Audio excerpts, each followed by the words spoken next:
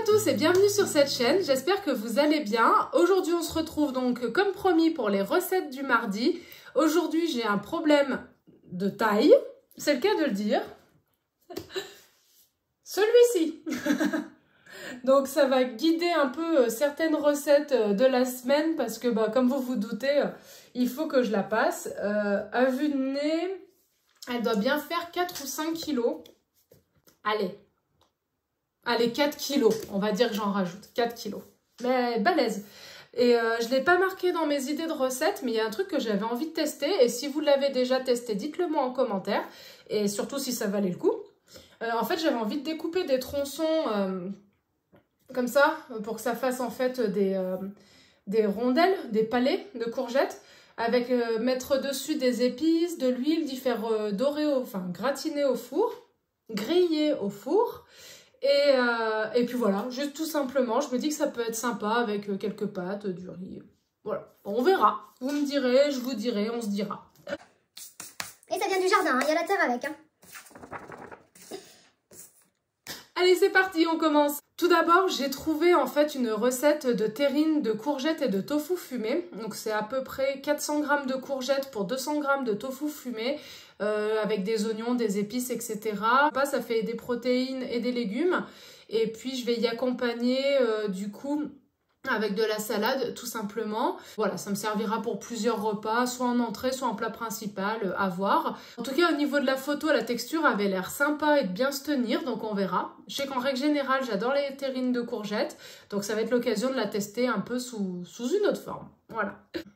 En deuxième idée, et je vais essayer de suivre dans les chiffres, de ne pas me planter, j'avais envie d'une galette de courgettes, donc en fait de la courgette râpée avec un petit peu d'oignon, des épices et puis avec des flocons d'avoine. Donc de mélanger tout ça dans une préparation avec du lait d'avoine et un peu de farine de pois chiche. Donc voilà, de faire cuire ça à la poêle dans de la margarine bien dorée. Et je vais manger ça avec des saucisses végétales qu'il me reste. En troisième idée, je vais me faire du chou braisé. Voilà, tout simple. Peut-être de le déglacer au mirin, donc c'est un saké doux japonais. Donc je vais peut-être faire ça un petit peu avec des notes asiatiques, de l'huile de sésame et de la sauce soja, je vais voir. Et je vais accompagner ça avec de la purée de pommes de terre.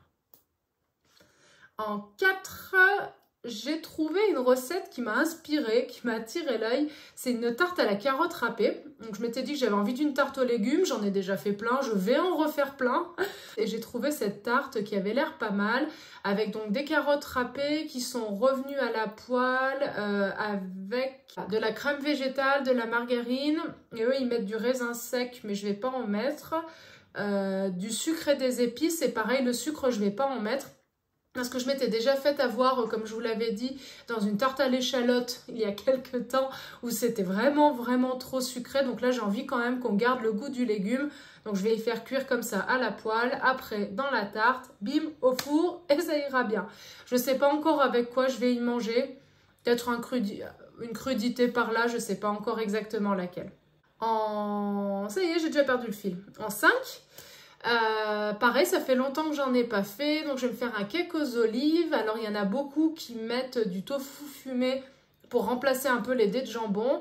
Moi, ce que j'aime bien faire pour changer, c'est qu'en fait je fais donc olives, oignons revenus à la poêle, et puis je mets des pois chiches. Donc voilà, je les sors de la boîte, je les rince et je les mets dans la préparation.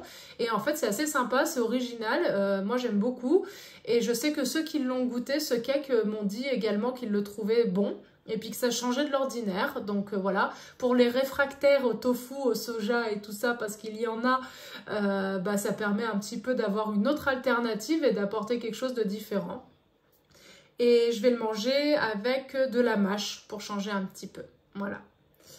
En 6, j'avais envie d'une salade de choux rouge cette fois-ci, peut-être avec une sauce à l'orange, je ne sais pas encore, je verrai, que je voulais accompagner avec des edamame et puis du riz, un peu façon Pokéball, là, comme c'est bien à la mode. D'ailleurs, c'est possible que je rajoute encore d'autres choses, type un peu des carottes pour mettre du orange ou un peu d'avocat. Les edamame, et non pas edanam, comme je dis souvent, c'est des fèves de soja. Voilà, donc à la base, c'est quand même du soja.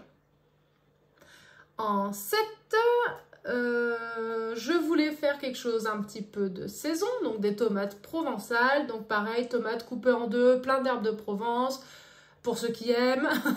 Grillées au four. Et puis avec, je vais me faire une série de steaks de haricots rouges, donc des steaks végétaux. La recette, si je ne me trompe pas, c'est celle de Lloyd Lang, qui est sur YouTube, qui est super. C'est des haricots rouges, c'est des oignons, c'est de la farine. Là, de mémoire, je ne sais plus exactement. Mais ça fait des steaks qui sont riches en protéines, qui se tiennent bien et puis qui sont très bons. Puis je vais m'accompagner ça avec du blé. Ça fait longtemps que j'en ai pas mangé. Et en dernière idée, en 8, donc j'ai une boîte de petits pois dans le placard. Donc je vais la passer et je vais mettre avec des aubergines que je vais faire griller au four. Avec peut-être un petit peu des graines de sésame dessus, je vais voir. Et puis je vais y accompagner avec du tofu mariné. Mariné dans de la sauce soja, du mirin, de l'huile de sésame, du gingembre, un petit peu de piment mais pas grand chose, et puis de la purée de cacahuètes.